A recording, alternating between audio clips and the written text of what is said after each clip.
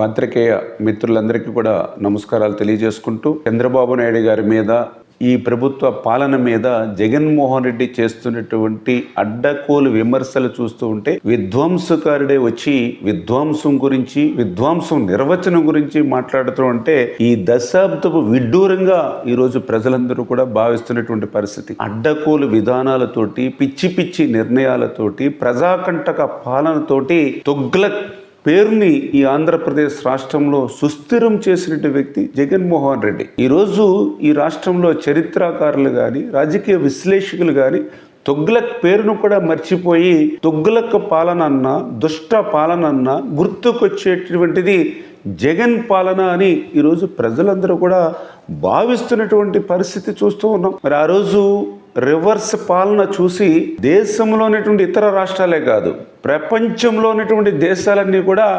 నివ్వెరపోయినటువంటి పరిస్థితి. ఆ రోజు అటువంటి రివర్స్ పాలనకు ఉదాహరణ మన పోలవరం ప్రాజెక్టు. ఆ రోజు రివర్స్ టెండరింగ్ అని చెప్పి 600 కోట్ల రూపాయలు పోలవరం ఆదా చేస్తున్నారని చెప్పి తర్వాత ఆ పోలవరాన్ని ముంచేసి డయాఫ్రమ్ వాళ్ళని ధ్వంసం చేసి ఈవేళ మళ్ళీ పోలవరం మీద 1000 కోట్ల రూపాయలు ఈవేళ భారం పెట్టినటువంటి వ్యక్తి జగన్మోహన్ రెడ్డి. ఆ పోలవరం నీటి సామర్థ్య ఎత్తును కూడా 41.15 మీటర్ల ఎత్తుకు పెంచి ఆ పోలవరానికి అణువణువున కూడా అన్యాయం చేసింది జగన్మోహన్ రెడ్డి. మరి ఏదైతే ఇటువంటి జగన్మోహన్ రెడ్డి ఒక్క పోలవరంలోనే కాదు, మరి ఇటువంటి ఏదైతే రాష్ట్రంలో ప్రతి రంగంలోనూ కూడా మరి ప్రగతి అనేది పాతాళం వైపు పరిగెట్టినటువంటి పరిస్థితి జగన్మోహన్ రెడ్డి పాలనలో మనందరం కూడా చూసినటువంటి పరిస్థితి.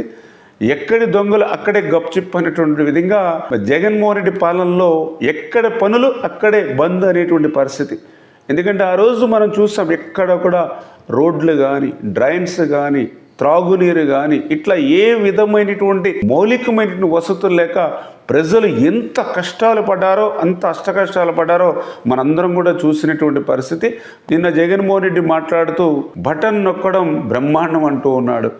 మరి నువ్వు నొక్కినటువంటి ఆ బటన్ డబ్బులు ఎవరికి నొక్కుతున్నావు? అప్పులు తెచ్చావు, అడ్డదారులు తొక్కావు.